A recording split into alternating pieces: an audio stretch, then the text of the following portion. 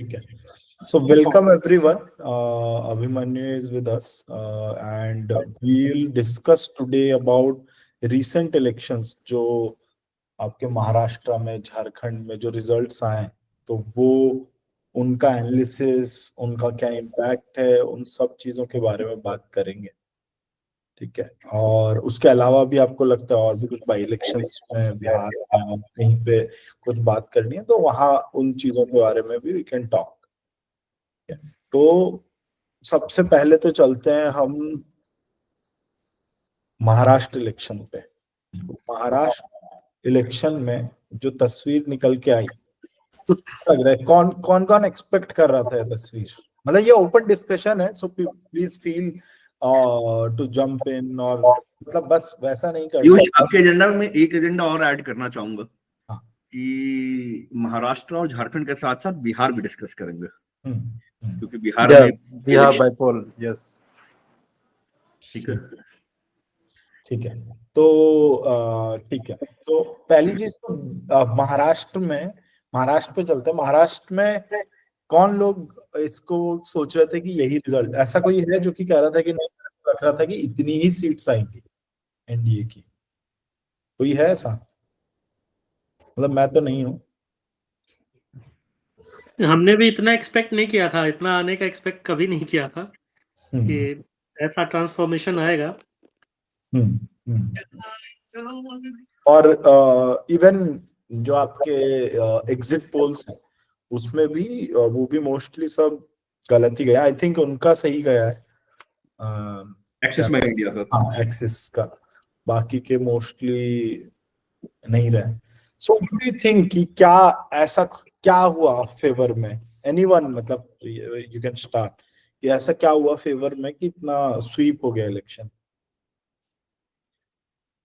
Good evening, sir. Good evening. Yeah. Sir, actually, the schemes which are being favored for women, like paying money monthly, sir, I think that would be a turning point. And also, I have a doubt, sir. After 5:30, around 8% of votes has been polled now, so which has been not yet happened till now in the entire elections, starting from the time of independence to till now. 8%, sorry, 8%? No, sir, the election actually completes, the vote polling actually completes by 5:30 p.m., sir. But after that 5:30, in the entire Maharashtra, around 8.5 or 8.4% of votes has been polled after that time, sir, which has been not happened since the time of independence. And there are also some conspiracies theories circulating in this format, sir. And your opinion regarding this one, sir? Okay. Sir, इसमें जो मेरा point of view ये लगता है कि RSS का जो ये था, जैसे लोकसभा में जो हुआ था, आरएसएस थोड़ा सा उसमें अपना डाउन प्ले की थी, उसके कारण यूपी और जगह जो हारे उसका एक असर था. और यहाँ पे उन्होंने ये दिखाया कि अगर मैं आपके साथ हूँ, मतलब मैं बीजेपी और इन लोगों के मतलब जो अभी आरएसएस और बीजेपी के बीच की जो गैप चल रही थी, उसको अगर इवन पे लाया जाए तो फिर क्या रिजल्ट आएगा. दूसरा, जो यूपी का जो लोकसभा का इलेक्शन हुआ था, उसका एक कैस्केडिंग इफेक्ट था, जहां देखा गया कि सारे मुस्लिम वोटर्स एक जगह कंसोलिडेट हो रहे हैं, तो उन्होंने हिंदू मुस्लिम वाला जो कार्ड है वो एक जगह, जो बटेंगे तो कटेंगे टाइप्स जो ये था, उसको अच्छे तरीके से इन्होंने मैनेज किया. ठीक है. ठीक है. Hello sir, this is Aman sir. Sir, मेरा जो इसमें मानना है, all the things that discuss हुआ है that is all right.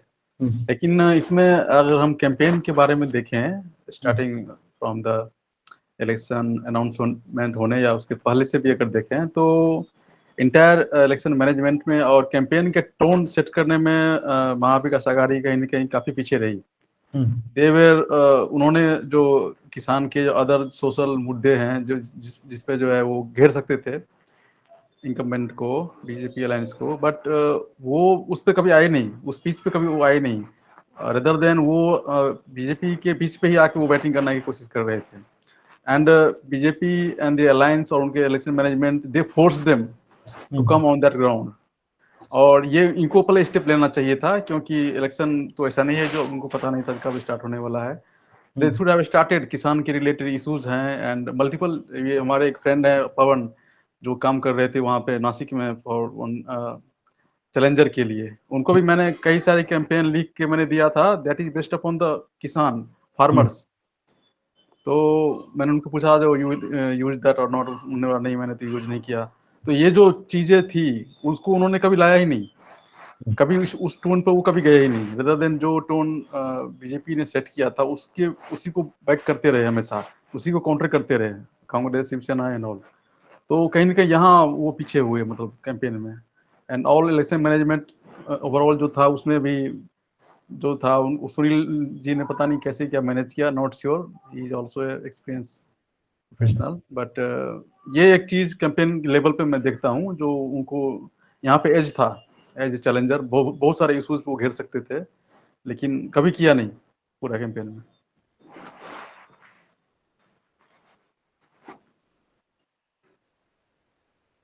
Sir, your mic is turned off, sir. Anyone else who wants to so the question is कि ठीक है जीत गई एनडीए, लेकिन प्रिडिक्शन तो कोई नहीं कर पा रहा था. सो यहाँ पे क्या गलत हुआ या यहाँ पे क्या सही हुआ? ऐसा क्या हुआ कि कोई प्रिडिक्ट नहीं कर रहा था, इतना स्वीप और स्वीप हो गया? सर ये तो सर हमने मल्टीपल इलेक्शंस में देखे हैं. सर 2004 के जो जनरल इलेक्शन हुआ था, इसमें सब एक्सपेक्ट कर रहे थे जो बीजेपी आ रही है. सारे मीडिया, सारे एग्जिट पोल, और अटल बिहारी वाजपेयी को एज ए विनर या मोरालेस बोल रहे थे गवर्नमेंट तो वही फॉर्म करेंगे. लेकिन जब रिजल्ट आया तो it was not like this drastic, but it was also a different way. वो टोटली उनके अगेंस्ट चला गया. ठीक है. लेकिन आप तरह की चीजें तो होती रहती है इलेक्शन में. हम कई बार सर इसमें मुझे लगता है कि आप हेलो, मुझे लगता है कि सर अपोजिशन ने जो मुद्दे उठाए वो सब नेशनल लेवल के थे, जो लोकसभा के थे ना, उनको ही रिपीट किया उन्होंने. और जो सेकंड था, जो लड़की बहन स्कीम था ना, तो इसका अच्छा एग्जीक्यूशन था ग्राउंड लेवल पे, तो काफी कन्वर्ट हुआ है वो वोट कास्ट. ठीक है. Sir, on the Congress alliance, they didn't work as BJP alliance, sir, because keeping in the consideration of the parliamentary elections, I think they were in the thought that okay, we will have a complete sweep. So keeping that, their work has been reduced due to that overconfidence. And Mr. Shinde also, in the past few months, he just gave his more and more potential towards the work and implementing new schemes, sir. ठीक है. Okay. और एक factor मुझे लगता है ये भी रहा होगा कि जैसे अभी एक डेटा पॉइंट आया, मैंने आज सुबह ही पढ़ा था कि मतलब I am not saying this was the only factor, ये one of the many factors prediction wrong जाने में, कि करीब 47 लाख वोटर ऐड हुए थे लोकसभा इलेक्शन से अभी के बीच में, जिसमें से जिसमें से 21 लाख फर्स्ट टाइम वोटर थे, 18-19 साल के लोग. ठीक है. और वो मेरे ख्याल से अपार्ट फ्रॉम ST/SC जो यूजुअली सर्वे के सैंपल में मिसिंग रहते हैं, ST/SC और कुछ हद तक विमेन, मतलब इन्हीं कम्युनिटी की विमेन वॉइसेस, उसके अलावा मेरे ख्याल से ये 18-19 साल का ये जो चंक होगा, ये भी सर्वे में बहुत मिसिंग रहा होगा मेरे हिसाब से, सर्वे के सैंपल में.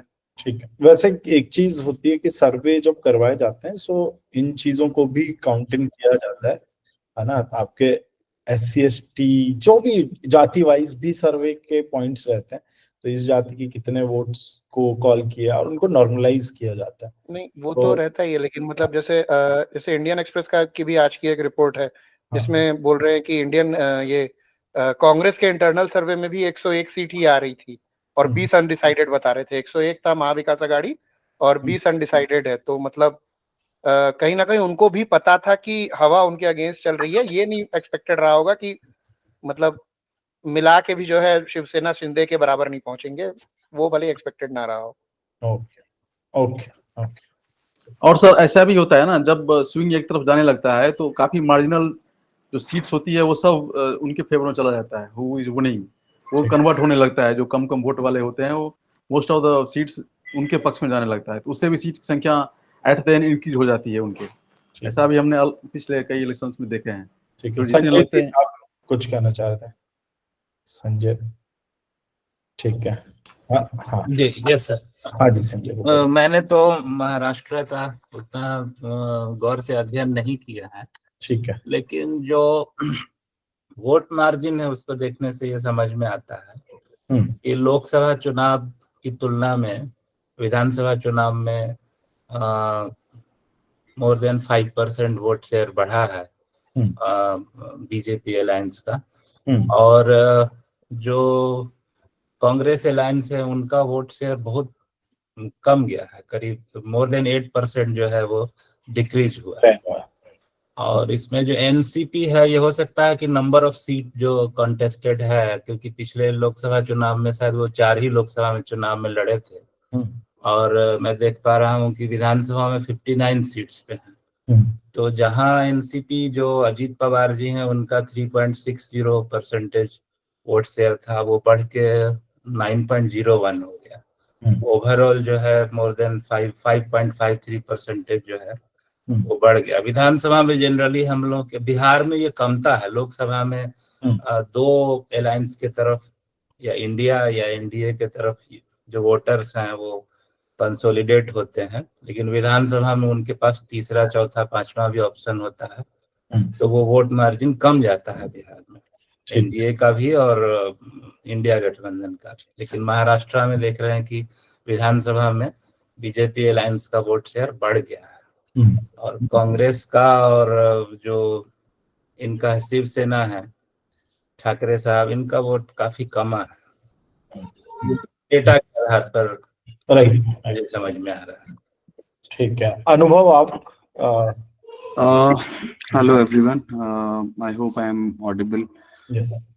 आयुष सर, मैं स्किल डेवलपमेंट प्रोग्राम्स में काम करता हूँ गवर्नमेंट के प्रोग्राम्स के साथ। तो चाहे वो CSRs हों फंडेड बाय प्राइवेट कंपनीज या फिर those projects which are funded by government.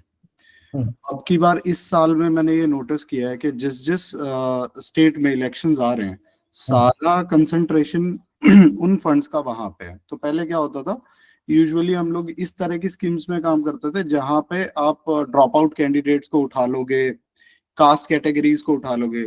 PM Vishwakarma पिछले साल जो आई थी स्कीम, इन्होंने 2023 में जो स्कीम लॉन्च की थी, उसको इन्होंने एकदम फोकस्ड रखा हुआ है उन स्टेट्स के लिए जिन स्टेट्स में इलेक्शंस होने। और कैसे काम करता है वो कि आपका जहां इलेक्शंस होने हैं हम सिर्फ उनको केटर करेंगे। जैसे देयर आर 17 ट्रेड्स, उसमें से एक दर्जी है जिसमें मतलब I am from fashion designing, so हम उसमें ज्यादा काम करते हैं। सो उसमें क्या होता है, जो पेड़ के नीचे बैठने वाला टेलर है जो कहीं रजिस्टर्ड नहीं है, जिसका कोई डेटा नहीं था अब तक, उसको रजिस्टर कर लिया। ऐसे 17 ट्रेड्स हैं। अब वो सिर्फ फोकस थी यहाँ पे जम्मू कश्मीर में। इससे पहले जम्मू कश्मीर में यहाँ पे वर्धा में पहली जब वो की और मोदी जी आए, वर्धा दिखाना था कि अच्छा ठीक है गांधी जी से एसोसिएट करना था, वहां पे विश्वकर्मा दिखाना था। तो तब मैंने ये देखा कि एक साथ आपने 50 करोड़ का फंड सिर्फ उसी के ऊपर लगाया कि वो एक रैली होनी है, and that is focused on PM Vishwakarma, लेकिन एकदम पॉलिटिकल रैली थी वो। तो ऐसी जो स्कीम्स जो बचा के रखी जाते हैं, जिनके फंड्स एकदम लास्ट में आके रिलीज होते हैं, वो भी शायद लास्ट इलेक्शन से और अभी के इलेक्शंस में वो भी एक डिफरेंस लाते होंगे। दूसरा, एज अ वोटर मैं ये मानता हूँ कि अगर मेरे लिए ब्लर सिचुएशन इन्होंने क्रिएट की हुई थी कि कितनी पार्टीज हैं, कितने लोग हैं, ये अब इसकी साइड है कि उसकी साइड है, सेम चीज कांग्रेस और अलायंस ने की हुई थी। तो मेरे नोन हैं जो वर्धा से अब की बार कांग्रेस से खड़े थे, और उनके फादर मल्टीपल टाइम्स स्पीकर रहे थे महाराष्ट्र विधानसभा में। उसके बाद भी he had a very good reputation. उन्होंने भी कुछ अपने लेवल पे सर्वेस कराए, न्यूट्रल एकदम, सारी चीजें ठीक थी। लेकिन लास्ट में जाके वो जब ये वाला पीएम विश्वकर्मा और वो चीजें हुई, डायरेक्ट बेनिफिट्स, लोगों को पैसा मिल गया जो रिकॉर्ड में ही नहीं थे, जिनको पैसा देने के लिए भी हमें कोई रिकॉर्ड चाहिए था, वो एक सर्वे हो गया उसकी वजह से। तो बहुत बड़ा डेटा आ गया वर्धा से। ठीक है, ठीक है, ठीक है। एक बार अभिनव अनुभव मिश्रा, आप अपना पॉइंट रखिए, फिर एक बार अभिमन्यु से समझेंगे कि उनका क्या इस पे टेक है ना।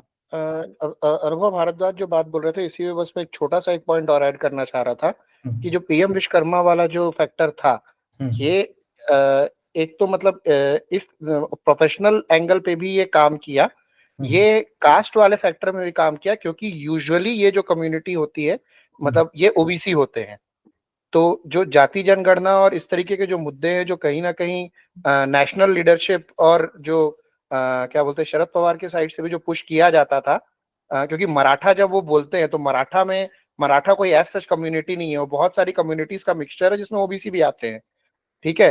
तो ये इस अप्रोच के थ्रू कहीं ना कहीं बीजेपी ने through the help of central funds वो इक्वेशन भी तोड़ा कहीं ना कहीं, वो जो जाति वाला फैक्टर था उसको कहीं ना कहीं तोड़ा।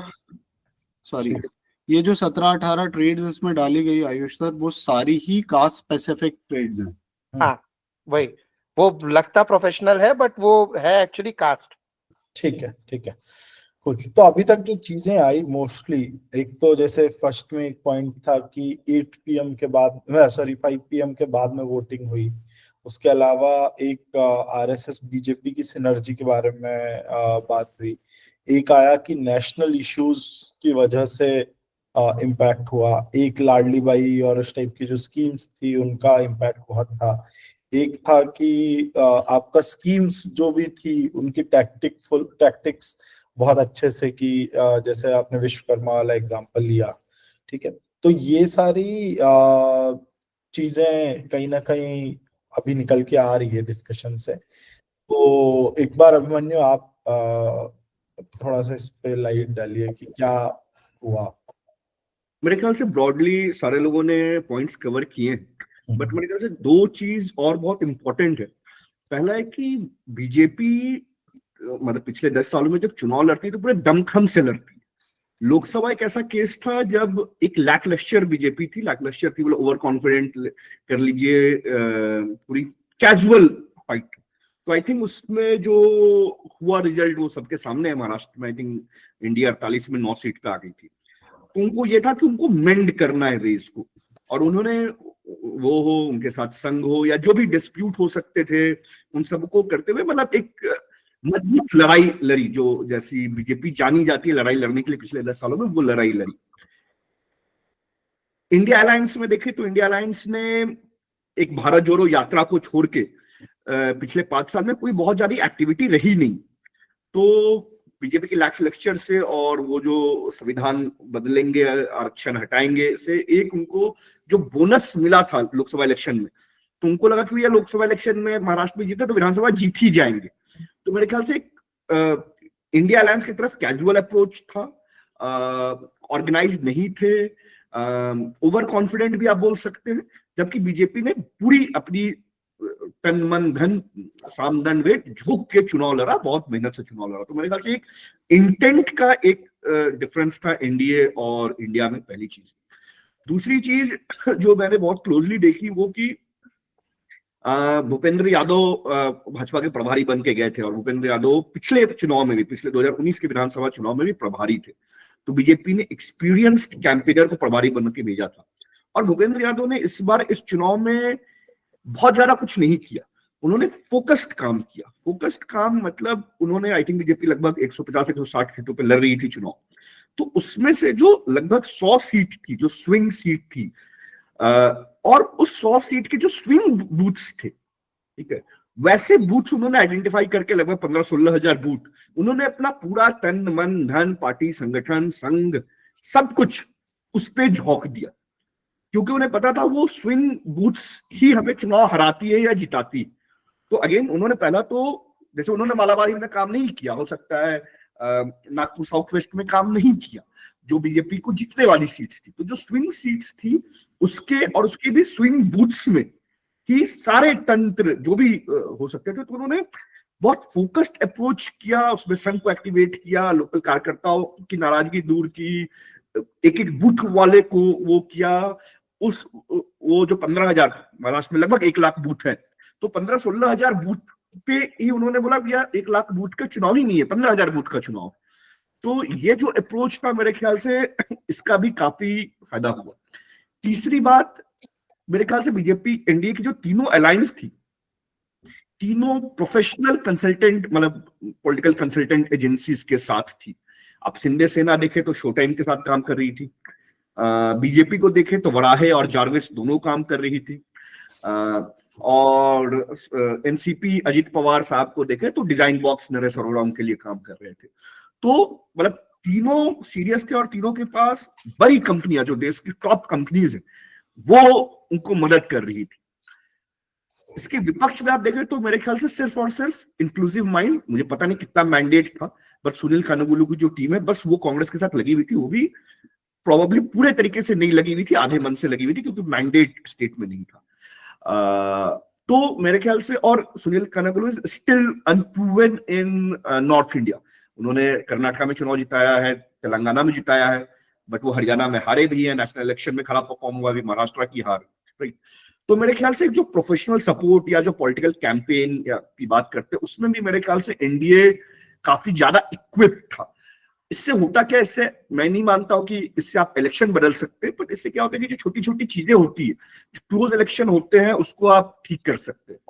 तो आई थिंक जो आप सबने बताया वो सारे फैक्टर्स थे ही, संघ का एक्टिव होना, लाडली बहना योजना, तीनों अलायंस का साथ आना, वोट ट्रांसफर अच्छा होना। एक आई थिंक एक पॉइंट और इम्पोर्टेंट है, क्योंकि महाराष्ट्र में छत्रप्स बहुत है, छत्रप्स मतलब रीजनल लीडर जो विधानसभा के बाप हो गए, विधानसभा के किंग हो गए, और ऐसे जो नेता है जो मजबूत छत्रप है वो एनडीए अलायंस के पास ज्यादा थे, खास करके एनसीपी अजित पवार साहब के पास और शिवसेना एकनाथ शिंदे के पास।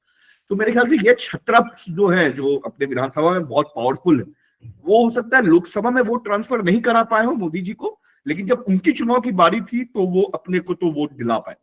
तो मेरे ख्याल से जो पॉइंट आपने ऐड किया है सारे लोगों ने, उसके साथ ये 2-3 फैक्टर और रहा जिस वजह से ये अप्रत्याशित रिजल्ट है। मतलब इतनी बड़ी मैंडेट महाराष्ट्र के इतिहास में किसी को नहीं मिला।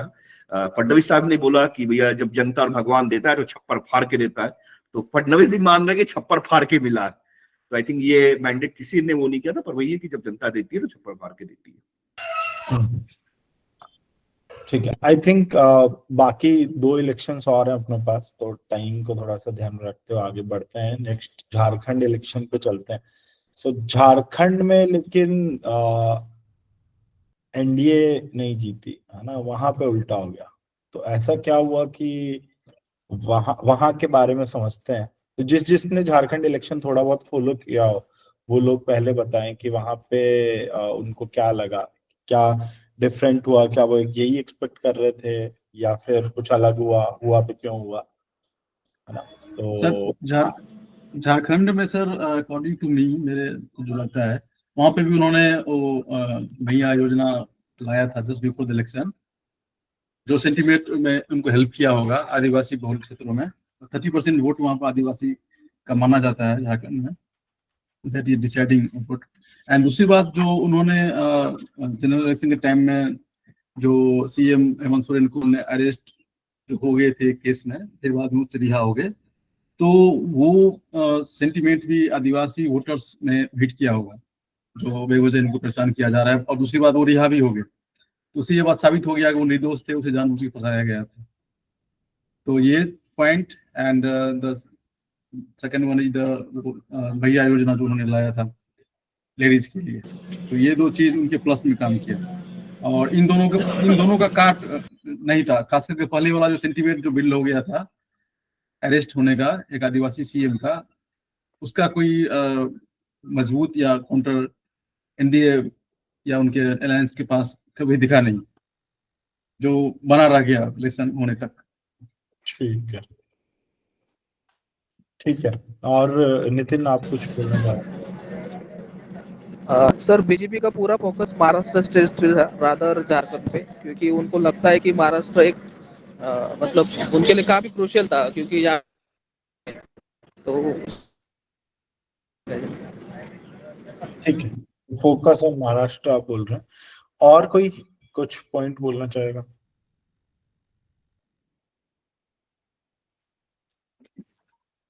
सर हमें लगता है कि ना थोड़ा सा झारखंड को डिस्टेबलाइज करने की भी कोशिश की गई, जैसे लास्ट टाइम भी थोड़ा सा वहाँ गवर्नमेंट गिराने की भी कोशिश की गई, वहाँ पे सीएम को जेल में डाल दिया। और हेमंत बिस्व शर्मा का काफी जो ओवर इंटरफेरेंस था झारखंड बीजेपी झारखंड पॉलिटिक्स में, आई थिंक वो भी काफी थोड़ा नेगेटिवली किया है। ठीक है। और बाबूलाल मरांडी को इन्होंने आई थिंक अगर ये प्रोजेक्ट करते तो थोड़ा सा ज्यादा बेनिफिशियल होता।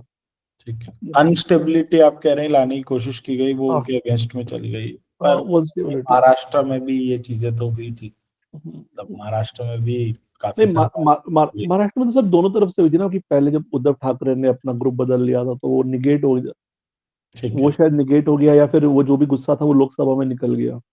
ठीक ठीक है। ठीक है। झारखंड में इनके पास आदिवासी फेज जैसे बताया गया, वहां तो उनके पास एकनाथ शिंदे थे एज ए मराठा लीडर, जिनको इन्होंने प्रोजेक्ट किया and that help them. But उस तरह से यहाँ बाबूलाल मरांडी को या ऐसा कुछ आदिवासी लीडर कोई काउंटर नहीं कर पाया हेमंत सोरेन जी को। That would be point. ठीक है। एक उसमें मुझे ये बात भी लगती है कि मतलब आदिवासी वाला तो एक फैक्टर ठीक है, वो झारखंड स्पेसिफिक हो सकता है, बट अभी साल भर पहले ही छत्तीसगढ़ और मध्य प्रदेश के इलेक्शन हुए हैं, जहां मतलब छत्तीसगढ़ में तो इन्होंने मैक्सिमम आदिवासी सीटें स्वीप की थी। वही पड़ोस का स्टेट है, इनफैक्ट सरगुजा रीजन जो है, जहां से टीएस सिंहदेव खुद आते हैं छत्तीसगढ़ में, जो झारखंड से लगा हुआ एरिया है, वहां लगभग सारी सीटें बीजेपी जीती है, और वहां पर एक काफी हैवी एसटी डोमिनेटेड सीट्स हैं।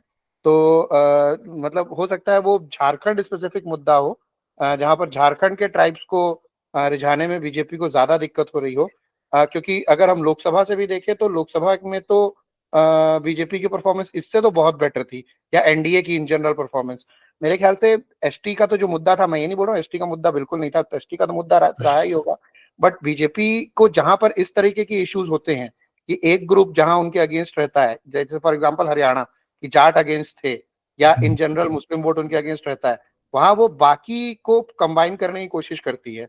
मेरे ख्याल से जो टाइगर महतो की जो पार्टी आई, झारखंड समथिंग एक पार्टी थी, नाम भूल रहा हूँ मैं उनका, उन्होंने जो एजेएसयू का वोट जो उन्होंने खींचा और कई जगह पर बीजेपी को भी नुकसान पहुंचाया, और वो जो ओबीसी ब्लॉक टूटा बीजेपी का, वो मेरे ख्याल से बीजेपी को ज्यादा हर्ट कर गया, क्योंकि ट्राइबल एंटी इनकम्बेंसी तो मेरे ख्याल से उन्होंने फैक्टर इन किया ही होगा अपनी स्ट्रेटजी में कि झारखंड स्पेसिफिक में संथाल परगना और उसमें जो है ये इनके अगेंस्ट जाएगा। मेरे को वो ज्यादा बड़ा फैक्टर लगता है कि मतलब जहां से लॉस एक्सपेक्टेड था वहां तो हुआ ही हुआ, जहां से एक्सपेक्टेड नहीं था वो भी कहीं ना कहीं इनके अगेंस्ट गया। ठीक है। ठीक है। ठीक है। ठीक है। तो आदिवासी सीएम अरेस्ट होने वाली चीज आई, और अभी एक जो आपने बात बताई, उसके अलावा योजना के बारे में हम लोग बात कर रहे थे, और एक और चीज आई कि पूरा फोकस जो है वो महाराष्ट्र पे चला गया, है ना। और एक था कि वहां पे जो अनस्टेबल गवर्नमेंट करने की कोशिश की गई बीजेपी के द्वारा, उसका गुस्सा लोगों में था। तो ये चीजें निकल के मतलब अभी डिस्कशन से आ रही है। अभिमन्यु आप बताइए इसमें।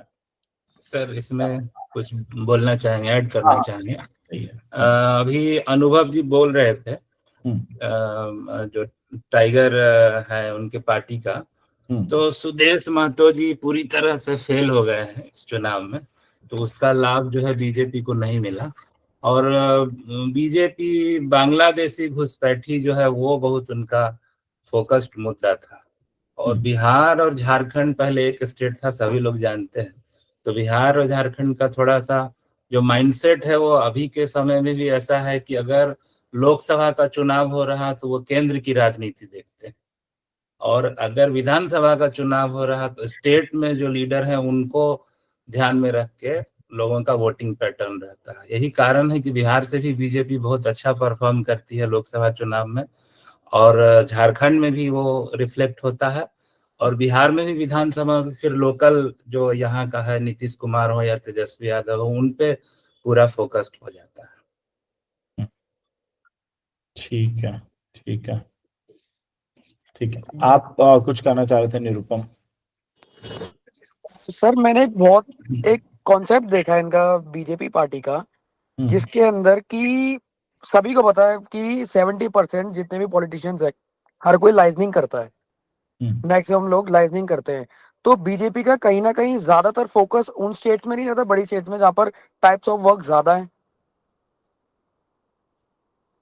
जैसे झारखंड वगैरह में और छोटी छोटी कंट्रीज में जहाँ पर सोर्स ऑफ इनकम वगैरह और वर्क टाइप्स ऑफ वर्क कम है, वहां पर वो लोग इलेक्शन के टाइम पर कम फोकस करके सबसे ज्यादा फोकस बड़ी स्टेटों में ज्यादा करते हैं जहाँ पर टाइप्स ऑफ वर्क ज्यादा है। कहीं ना कहीं कुछ ऐसा लगता है।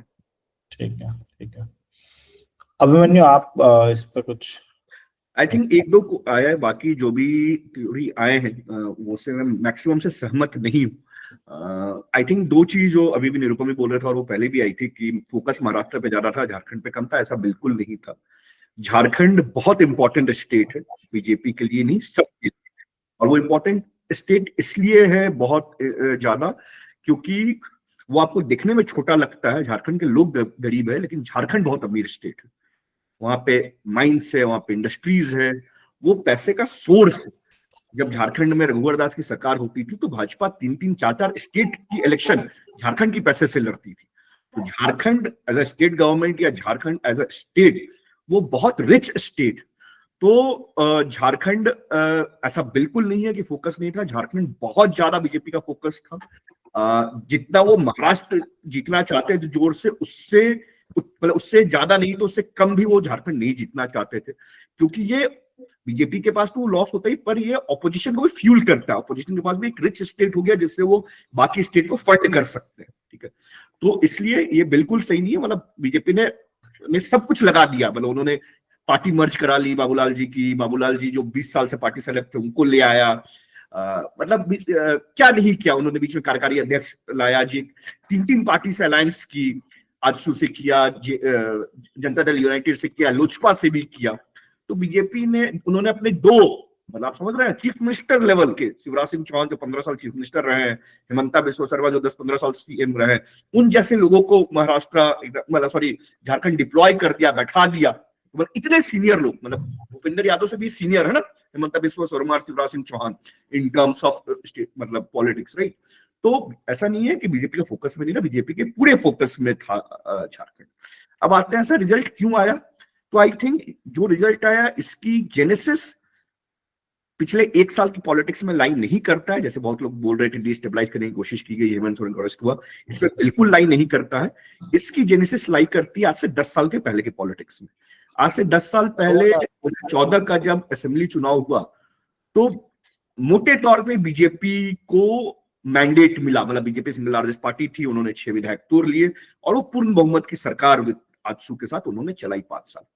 वो 5 साल रघुवर दास की सरकार चली और वहां से ही आज का इलेक्शन डिसाइड होता है। वो 5 साल झारखंड में पहली बार नॉन ट्राइबल चीफ मिनिस्टर बना था, पहली चीज। दूसरी चीज, रघुवर दास ने 2-3 निर्णय लिए। एक निर्णय लिया उन्होंने डोमिसाइल, जो झारखंडी कौन, इसको डिफाइन करने का लिया, जो बहुत कंट्रोवर्शियल हुआ। जो झारखंडी, जो प्योर झारखंडी है, जो 1930 से 1900 से रह रहे हैं, उनमें एक बहुत वो हुआ। दूसरा उन्होंने डेवलपमेंट के लिए CNT-SPT एक्ट होता है, संथाल परगना टेनेंसी एक्ट और छोटा नागपुर टेनेंसी एक्ट। बेसिकली ये बोलता क्या है कि आदिवासियों का जमीन कोई दूसरा नहीं खरीद सकता है, सो दैट आदिवासी लैंडलेस ना हो जाए, राइट। रघुवर दास ने उसको छेड़ने की कोशिश की सो दैट डेवलपमेंट हो पाए, आदिवासी की जमीन पे इंडस्ट्री आ जाए, ठीक है। इन दोनों चीजों का बहुत ज्यादा विरोध हुआ, विद्रोह हुआ और रघुवर दास को दोनों डिसीजन पीछे लेने पड़े। लेकिन ये सारे डिसीजन यदि कोई ट्राइबल चीफ मिनिस्टर लेता तो उतना नफरत नहीं होता। ऊपर से रघुवर दास बाई नेटिव वो छत्तीसगढ़ के, तो एक बाहरी मुख्यमंत्री, एक नॉन ट्राइबल मुख्यमंत्री नॉन ट्राइबल डिसीजन ले रहा है। इससे ट्राइबल जो है वो भाजपा से नफरत करने लगा।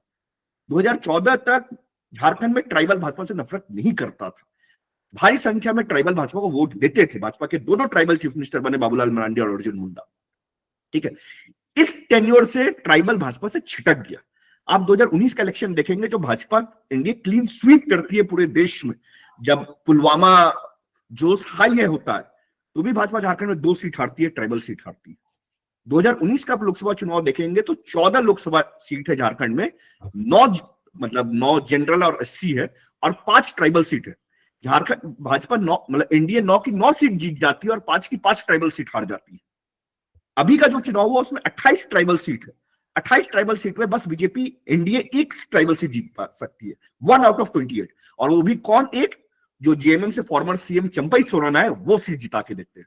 मतलब भाजपा कोई चुनाव नहीं जीत पाता है ट्राइबल, और झारखंड में ट्राइबल की जनसंख्या 25 से 30% है और मुस्लिम की जनसंख्या अलग 14-15% है।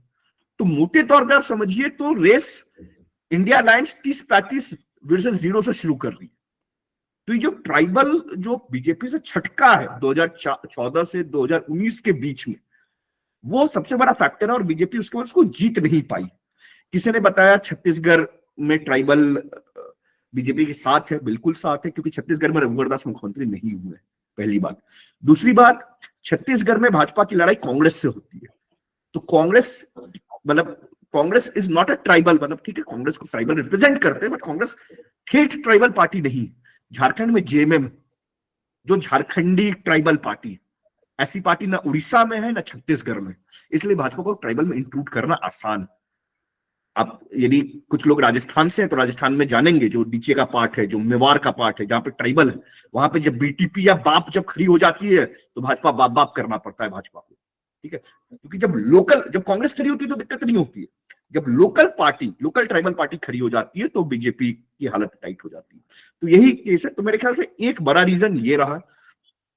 दूसरा रीजन जो बाबूलाल जी को लाया गया, बाबूलाल जी कोई खराब नेता नहीं है, पर आप समझिए बाबूलाल जी मुख्यमंत्री 2000 में थे, 2000 से 2005 में थे।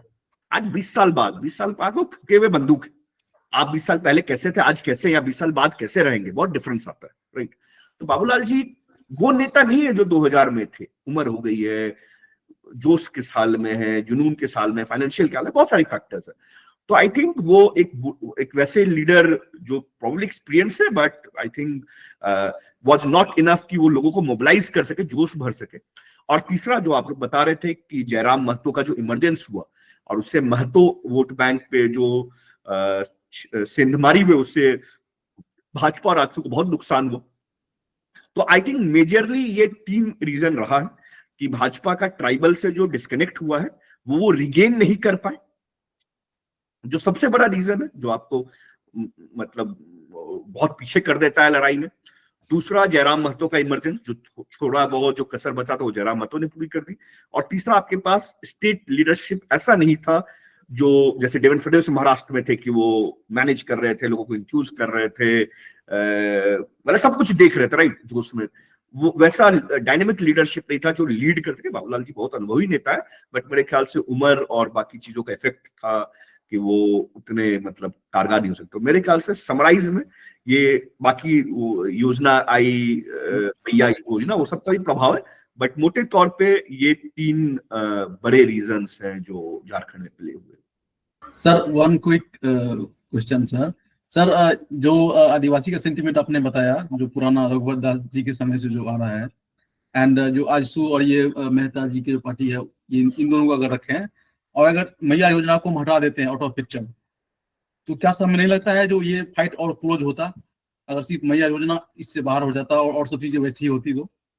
नहीं, मेरे ख्याल से ट्राइबल बीजेपी से नफरत करता है झारखंड में, और ट्राइबल 25-26% जनसंख्या है, 30% मुस्लिम आप ऐड कर लीजिए 15%। हाँ हाँ, 40% लोगों के नफरत से आप चुनाव नहीं जीत सकते हैं। तो ट्राइबल सेंटिमेंट में कुछ तो इंट्रोड्यूस करता है बीजेपी, अगर ये योजना ना होता तो, ऐसा बोल सकते हैं सर? नहीं करता तो लोकसभा में क्यों बीजेपी हारी? लोकसभा में 5 की 5 ट्राइबल सीट हार गई। मोदी जी का नाम था, कोई ये योजना नहीं थी, मैया योजना नहीं थी, तब लोकसभा में 5 की 5 ट्राइबल सीट हार गई बीजेपी। Okay sir.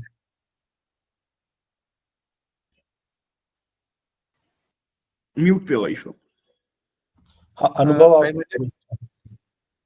हाँ अभिमन्यु जी, एक मेरा क्वेश्चन इस पे था कि अभी थोड़ी देर पहले जैसे आई डोंट नो किन्होंने बोला भी था कि क्योंकि बिहार और झारखंड एक थे तो काफी हद तक थॉट प्रोसेस भी कुछ हद तक सिमिलर रहता है। उस पे मैं थोड़ा आगे और बढ़ना चाहूंगा कि दोनों साइड में 2 पार्टियां थी, एक एलजेपी चिराग पासवान वाली और एक इधर आरजेडी, जो बिहार बेस्ड पार्टियां हैं मोटे तौर पे, बट वो दोनों ने रिलेटिवली काफी अच्छा, लाइक चिराग पासवान को तो 1 ही सीट मिली थी, वो उन्होंने कंफर्टेबली निकाली, और आरजेडी को भी शायद 6 सीटें मिली थी और 4 निकाली उन्होंने। तो क्या मतलब और वो ऑब्वियसली वो बिहार बॉर्डर वाले रीजन में वो सीटें थी, तो क्या एनडीए उस चीज को यूटिलाइज कर सकता था कि चिराग पासवान को या और कोई बिहार बेस्ड पार्टी जेडीयू वगैरह उनको बेटर यूटिलाइज कर सकते थे यहाँ पे मतलब इसको काउंटर करने के लिए? नहीं, मेरे ख्याल से ऐसा बिल्कुल नहीं है। और आरजेडी ने जो 4 सीट निकाली है, पिछले बार आई थिंक 1 या 2 था, वो बढ़ के 4 हुआ है, उसमें से 4 सीट में 2 सीट वो ट्राइबल की वजह से निकाले, ठीक है। तो I think tribal and Muslim की वजह से निकाले, वो आरजेडी की वजह से कम निकला है, और 2 सीट आरजेडी अपनी वजह से निकाली है। तो और RJD is a dying party in Jharkhand, ठीक है। इस बार अगेन क्योंकि वो ट्राइबल और मुस्लिम का, अगेन मुस्लिम तो एंटी बीजेपी होता ही है, पर ट्राइबल और मुस्लिम का जो कॉम्बिनेशन था उस वजह से भी आरजेडी को फायदा हुआ है। तो और मतलब ऐसा नहीं है कि बिहार के पार्टियों को इस्तेमाल कर सकते थे, जो भी बिहार की पार्टियां थी वो झारखंड में मोर और लेस डेड है। यदि आप 2000 के चुनाव के रिजल्ट देखेंगे, मतलब जब झारखंड फॉर्म हुआ था 24 साल पहले, तो आप देखेंगे कि आरजेडी और जदयू के आपस में मिला के 15-20 विधानसभा सीट रहते थे, वो 15-20 आज मिला के 4 या 5 पे, अभी तो फिर भी बढ़ गया 4 या 5 है, पिछले चुनाव में देखेंगे तो 1 पे थे। तो इट हैज रिड्यूस्ड, और क्योंकि उनको पता है ये सरकार नहीं बनेगा, राइट, तो आई थिंक वो बहुत बड़ा फैक्टर नहीं है।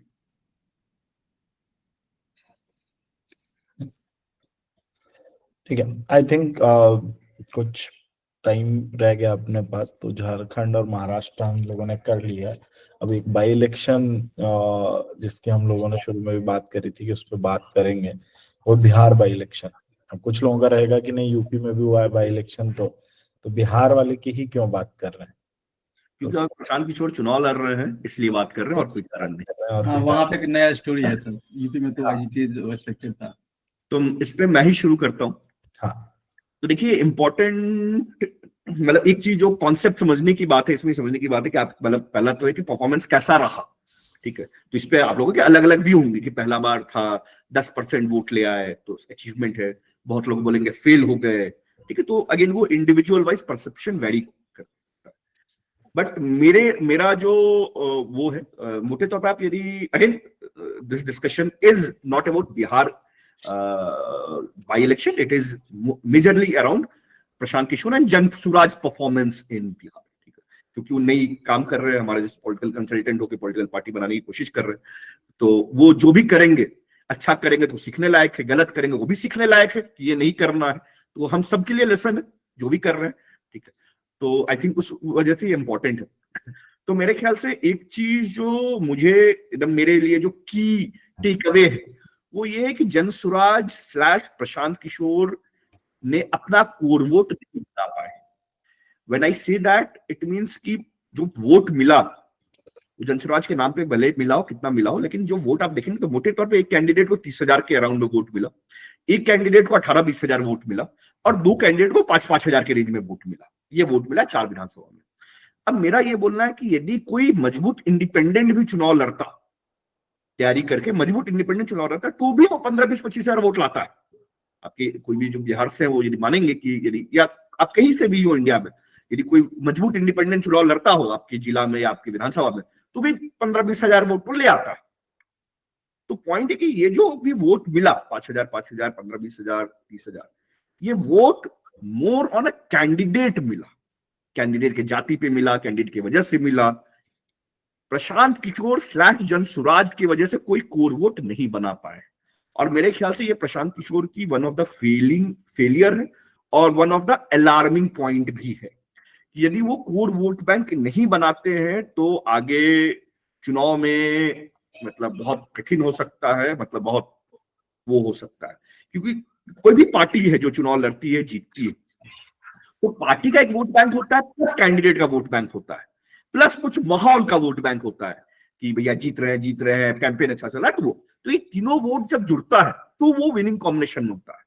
अब प्रशांत किशोर या जनसुराज अपना वोट बैंक नहीं बना पाए हैं, तो कैंडिडेट पर निर्भर कि आपको कैंडिडेट बहुत अच्छा मिल जाएगा कि आपको बहुत खराब मिल जाएगा, तो इससे मेरे ख्याल से राजनीति नहीं हो सकती। तो मैं यदि जिन्होंने भी कोर्स कंप्लीट किया है, ये तो कोर्स में लास्ट मॉड्यूल्स में खास करके मैं बहुत ज्यादा एम्फेसिस देता हूं कि चुनाव में सबसे इंपॉर्टेंट कोर वोट है, ठीक है। वो पार्टी का हो सकता है, इंडिविजुअल हो सकता है, राइट। मेरे ख्याल से वो मिसिंग है जनसुराज की।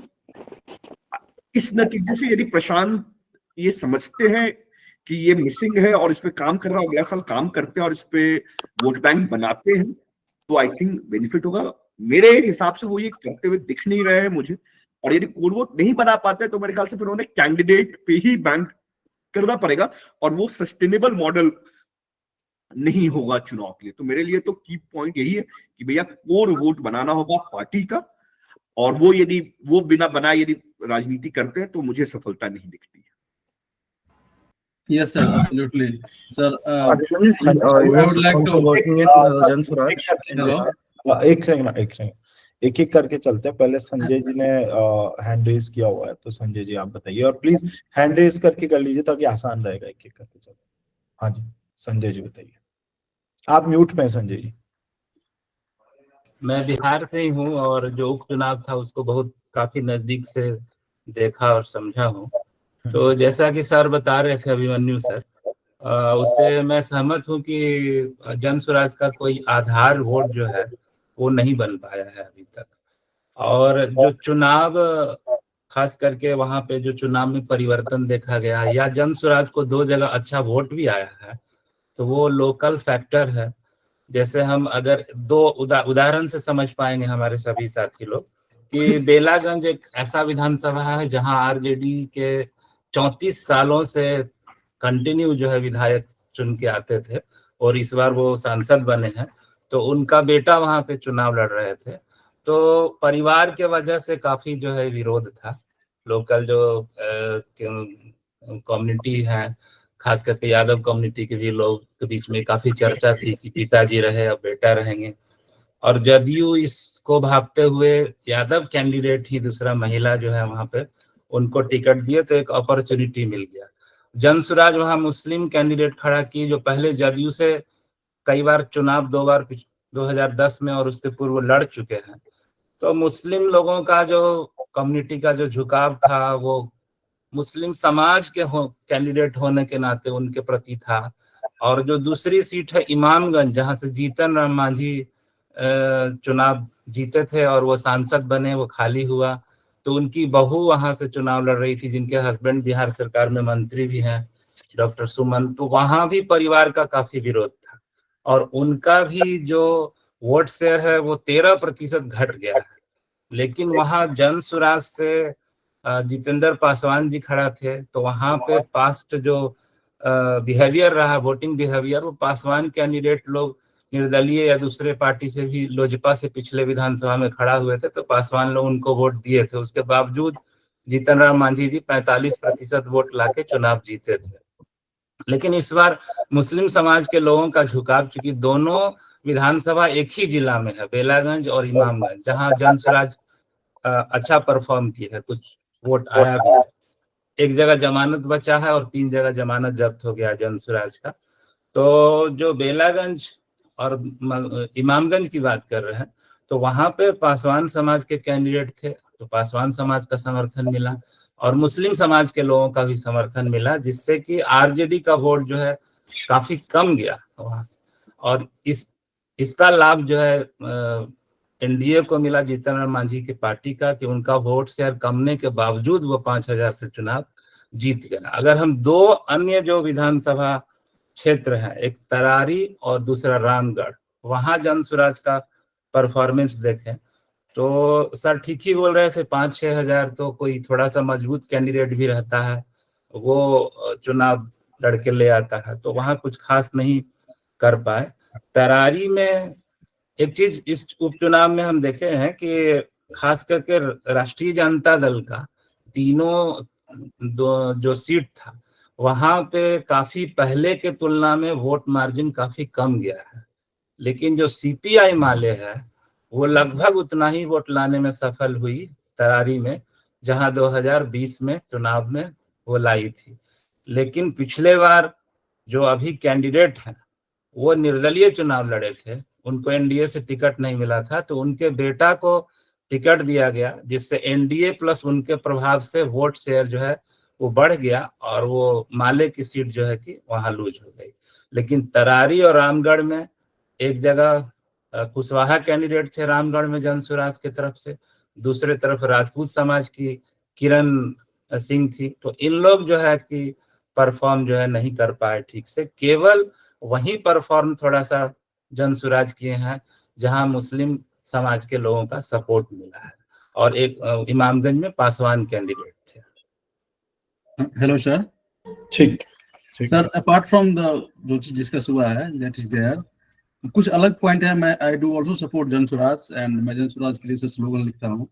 कुछ अदर पॉइंट है जिसको मैं शुरू से ही देखते आ रहा हूँ, जो ये चल रहा है पद यात्रा उसी टाइम से सर, वो ये है जो पीके सर पब्लिक को उतना कनेक्ट नहीं कर पा रहे हैं। उसके 3-4 पॉइंट हैं जो मैंने नोटिस किया है। एक तो सर इनमें थोड़ा एरोगेंस दिखता है सर, वो जब लेक्चर देते हैं या भाषण देते हैं तो वो हमेशा बोलते रहते हैं जो मेरे को इतना करोड़ मिलता है उस काम को हम छोड़ के आए हैं। बिहार एक गरीब राज्य है सर, जहाँ पर अधिकतर और मैक्सिमम कम इनकम वाले लोग पाए जाते हैं, तो ये एक चीज है जो उनके अगेंस्ट जाता है। दूसरा सर ये बोलते रहते हैं आप नहीं अगर बदलोगे इस व्यवस्था तो मेरा क्या जाता है, मेरा बेटा तो टॉप स्कूल में पढ़ता है। और थर्ड पॉइंट, हम तो जीतेंगे ही, ये चीज बार बार बोलते हैं, जीतेगा तो जन स्वराज ही। तो सर एक लीडर को anywhere in India, not just in Bihar, उनको हम्बल होना चाहिए पब्लिक के सामने, हमेशा ही हम्बल। उसमें एरोगेंस का मेरे नजर में कहीं कोई जगह नहीं है एक लीडर के लिए, किसी भी स्टेट में कहीं भी हम पॉलिटिक्स करें। और बिहार जैसे स्टेट में तो पर्टिकुलरली जिस तरह का पब्लिक है उससे कनेक्ट होने के लिए हमें उस तरह की भाषा है, उस तरह का एक तरह से कम से कम शो करना पड़ेगा, आई एम विथ यू, हम आपके जैसे ही हैं। कभी कभी वो बोलते हैं जब हम गरीब घर से आए हैं, मेरे दादा बैलगाड़ी चलाते थे, ये एक पॉइंट होता है। लेकिन जब वो फिर ये चीज बोलने लगते हैं जो मेरे को इतना करोड़ मिलता था हम उसको छोड़ कर आए हैं, तो ये कहीं ना कहीं उनके अगेंस्ट चला जाता है। और दूसरी बात ये है सर, एक ओवर कॉन्फिडेंस भी है शुरू से ही। और एक और चीज है, जो भी इनपुट या जो भी चीज तो वो काम करते हैं वो totally he dependent on the professionals. जन स्वराज की जो टीम है या एपिक का जो हेल्प लेते हैं वो उनकी बातों पर ज्यादा रिलाई करते हैं। कार्यकर्ता या जो भी संगठन के लोग हैं उनसे उसके ऊपर में उनको तरजीह देते हैं जो प्रोफेशनल्स हैं, क्योंकि वो इसमें इन्वायरमेंट में उन्होंने काम किया हुआ है, दे हैव बीन सक्सेसफुल रहे हैं, वो उनका अनुभव है। बट जो कार्यकर्ता हैं, जो जमीन के लोग हैं, उनकी इनपुट भी काम आ सकते हैं। तो ये एक एरोगेंस का जो बात है ना, वो शायद उनको कनेक्ट नहीं होने दे रहा है लोकल जो बिहारी है उनसे। ठीक, इसमें एक पॉइंट और ऐड करेंगे सर, जो हम अभी तक अनुभव में समझ पा रहे हैं, जो पॉलिटिकल कंसल्टिंग ऑर्गेनाइजेशन है उसका लाभ उन्हीं को मिल पाएगा जो पहले से थोड़ा एस्टेब्लिश पार्टी है, जिनका कोई वोट आधार है। और प्रशांत किशोर जी 0 से शुरू कर रहे हैं, तो इनको समय लगेगा। और हमको ये लगता है कि 2025 में भी बहुत कुछ विशेष नहीं कर पाएंगे। हाँ, ये जरूर है कि इस चुनाव से मैसेज गया है अलग अलग कम्युनिटी को कि हमारा वोट हम अगर इनको दिए हैं तो उसका क्या इम्पैक्ट पड़ा है। जो पार्टियां हैं वो अपना चिंतित है किनका वोट कमा किनका बढ़ा। तो अगर पहले से जो एस्टैब्लिश्ड पार्टी है उनको सपोर्ट मिलता है, पॉलिटिकल कंसल्टिंग ऑर्गेनाइजेशन का उनका बेहतर कैंपेन चलता है, तो उसमें जो है कि लाभ होता दिखता है। लेकिन 0 से शुरू करना इतना आसान नहीं है लोगों के बीच में। और सर ये भी बोलते हैं मीटिंग्स में, तो हम तो किसी का 1 रुपया भी नहीं लेते हैं, हम तो किसी का चाय तक भी नहीं पीते हैं। तो ये सब चीजें एक एरोगेंस बिल्डअप करता है, ऐसा हमको मतलब मैं सोचता हूँ। ठीक, जिशान आप कुछ बोले। First of all thank you so much for giving me this chance.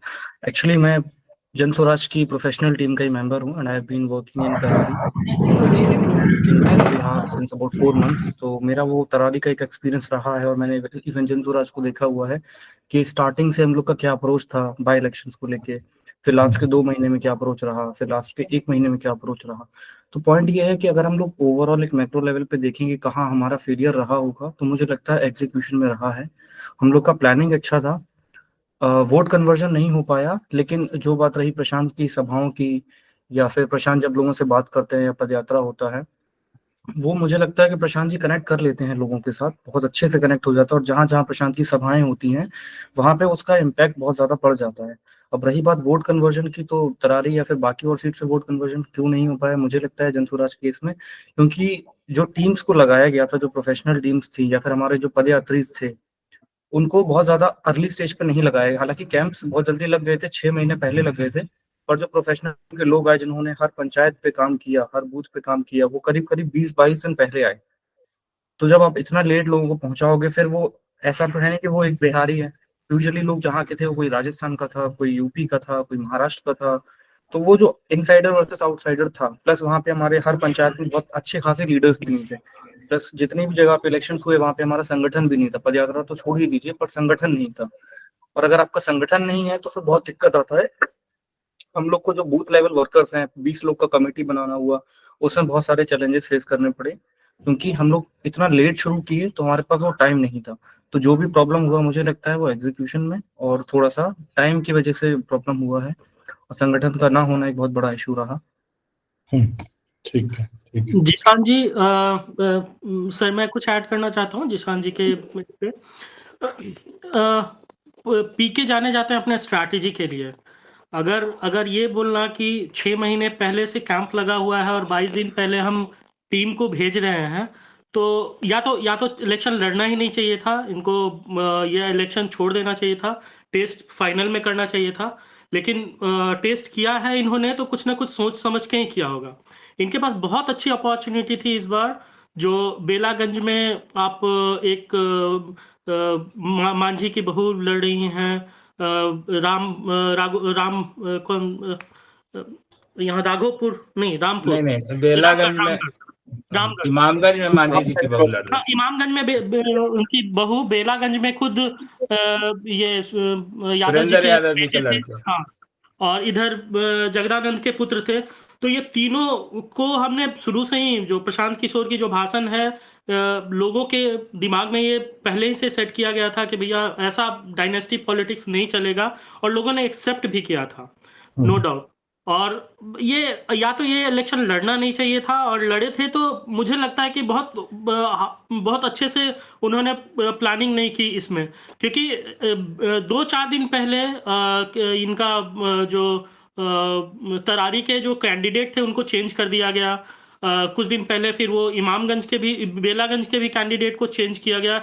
ये, और उसमें ये बोला गया कि ये एक स्ट्रैटेजी का पार्ट भी हो सकता है, जो कि बहुत लोगों के दिमाग में ये मतलब एक्सेप्टेंस नहीं था उस चीज का। ये प्रशांत किशोर के द्वारा बोला गया था। दूसरा ये कि अमजद जैसे जो कैंडिडेट थे, आप शुरू से ही बोल रहे हैं कि शिक्षित लोगों को हम आगे बढ़ाएंगे, ये करेंगे, और आप एक सिलेक्शन प्रोसेस में एक कैंडिडेट को दे रहे हैं जो कहीं से भी वो उनके आइडियोलॉजी के साथ फिट नहीं बैठ रहे थे। तो ये सारी एक पॉइंट थी जो कि बहुत हरी में किया गया एक डिसीजन था, और मुझे लगता है कि वो एक भूख थी बस दौड़ने की, उसमें वो कहीं ना कहीं चूक किए हैं ये अपने स्ट्रैटेजी में। ठीक। बेसिकली प्रशांत जी का मन नहीं था स्टार्टिंग से चुनाव लड़ने का बाय इलेक्शन के लिए, मतलब स्टार्टिंग से ये यूजुअली वो सोच रहे थे हम लोग की जब मीटिंग्स होती थी, बट ये बहुत लेट डिसीजन लिया गया कि चुनाव लड़ना है, बाय इलेक्शन लड़ेंगे हम लोग। हालांकि टीम्स काम कर रही थी 6 महीने पहले से, बट बहुत लास्ट डिसीजन लिया गया, इसी वजह से वो प्रेप नहीं हो पाया, वो स्ट्रैटेजी नहीं बन पाया, एग्जीक्यूट नहीं हो पाया।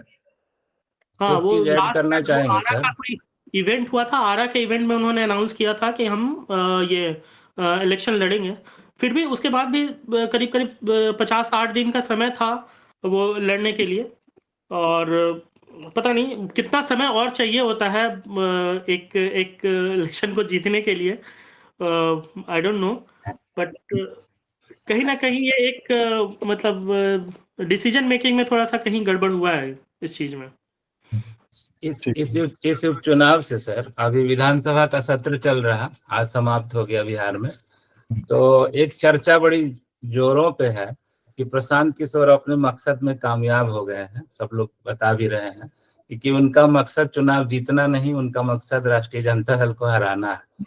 तो वो कहीं ना कहीं कनेक्ट हो गया परिवारवाद, और परिवारवाद का जो अभी हमारे साथी बता रहे थे वो कनेक्ट हुआ है। तीनों जगह जो है लोगों ने नकार दिया, और जैसा कि हम पहले ही बताएं कि मांझी जी का वोट 13% घट गया, लेकिन जन स्वराज का वोट बढ़ने से आरजेडी का वोट और पीछे चला गया, जिससे उसके बावजूद जो है कि दीपा मांझी वहां से चुनाव जीत गई है। तो जो पॉलिटिकल लीडर्स हैं और एमएलए हैं, उनके बीच में ये बात की काफी चर्चा हो रही है कि प्रशांत किशोर अपने मकसद में कामयाब हो गए, उनका मकसद जो है राष्ट्रीय जनता दल को हराना है, चुनाव जीतना नहीं।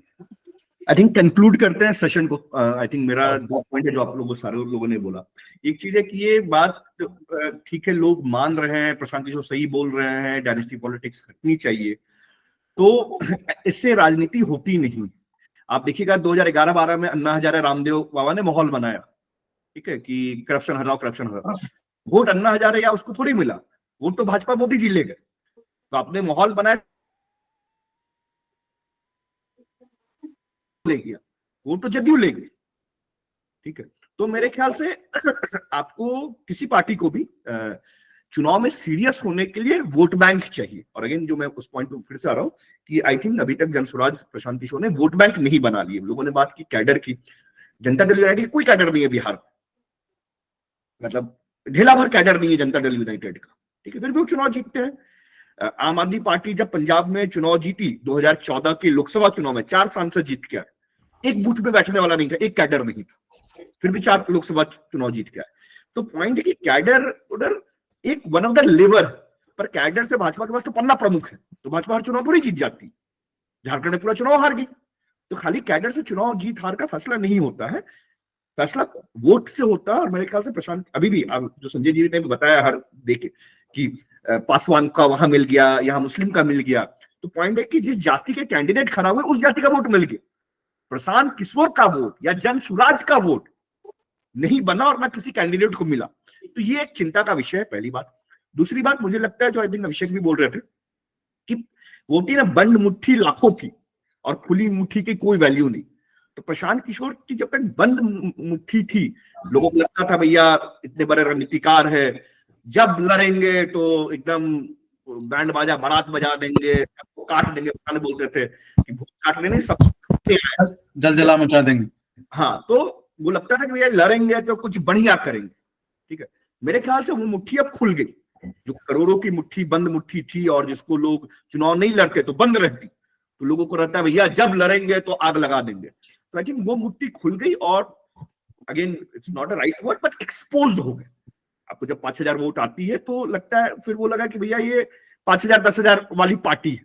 जैसे बिहार में ऐसी बहुत पार्टी है, ढेरों पार्टी है, पप्पू यादव की पार्टी है, MIM की पार्टी है, बसपा लड़ती है, तो ऐसी बहुत पार्टी है जो 10,000 15,000 20,000 वोट लाती है।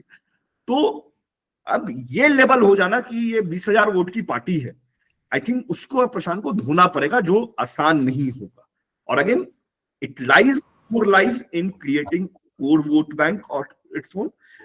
अभी भी आई थिंक वो MLC का चुनाव लड़ रहे हैं, तिरहुट में MLC का चुनाव लड़ रहे हैं, वहां पे दूर प्रचार कर रहे हैं, बट अगेन चुनाव लड़ रहे हैं। बट मुझे जितनी भी, क्योंकि मैं पटना था भी 2 दिन में, प्रशांत की टीम से मिला भी, पर मुझे जो दिख रहा है वो ये नहीं दिख रहा है कि as a team, as a Jansuraaj वो कोर वोट बनाने का प्रयास कर रहे हैं, ठीक।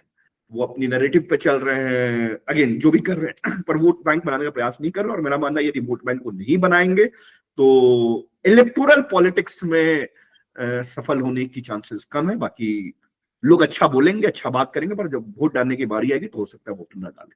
आई थिंक इस बात पे हम लोग कंक्लूड करते हैं Ayush. I think it's been over an our.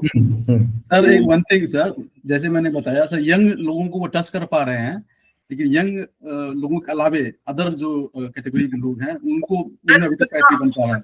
अलग बात होती है, यदि टच भी कर रहे हैं ना, तो हर विधानसभा में 30% यंग लोग हैं। तो यदि 1.5 लाख वोटिंग हुई तो 50,000 यंग लोग हैं, तो 50,000 वोट क्यों नहीं मिला प्रशांत किशोर? सर एक जगह नोटा को 4,000 से ज्यादा आ गया। जी हाँ। और वोट करना 2 अलग विषय, ये समझना हो। सर एक क्वेश्चन मेरा है, बस जनरल नॉलेज के लिए, जो हमने कोर्स भी किया है उसके बेस पे ही, कितना टाइम लगना चाहिए सर? अगर कोई कोर बनाना चाहता है अपना कोर वोट, तो हाउ मच टाइम इट जितना टाइम दिया है वो सफिशिएंट टाइम, आई थिंक 3 साल उन्होंने टाइम दिया, 2 साल दे चुके हैं। पर मेरे ख्याल से अप्रोच में वो कोर वोट नहीं बना रहे हैं, वो एक मैसेजिंग कर रहे हैं, पर वो वोट बैंक नहीं बना रहे हैं।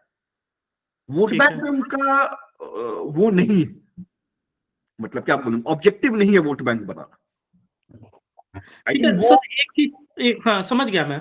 सर एक चीज और मुझे जानना है, आखिर प्रशांत किशोर अपने आप को आगे क्यों नहीं करना चाहते हैं? जैसे वो या तो अपने आप को बोले कि मैं CM कैंडिडेट बनूंगा और मैं सुधारूंगा, क्योंकि अभी तक एक डमी, जो आपने बोला ना कि आप एक इमेजिनरी फिगर को आप टारगेट करके फोटे करके आप पूरा लड़ाई लड़ना चाहते हो और आप पीछे से रहना चाहते हो, ये ऐसे लग रहा है जैसे कोई रिमोट से चलाने की कहानी चल रहा है, या फिर उनका इंक्लिनेशन ही नहीं है कि हम बिहार को अपने हैंड से सुधारें। उनको लगता है कि मैं PM बनूंगा, यहाँ CM किसी को बनाऊं।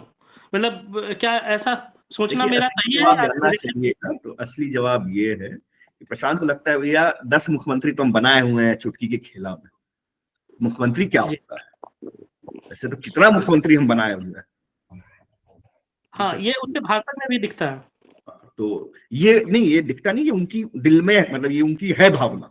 मुख्यमंत्री क्या चीज होता है भाई, चुटकी में हम बनाते हैं मुख्यमंत्री, ठीक है।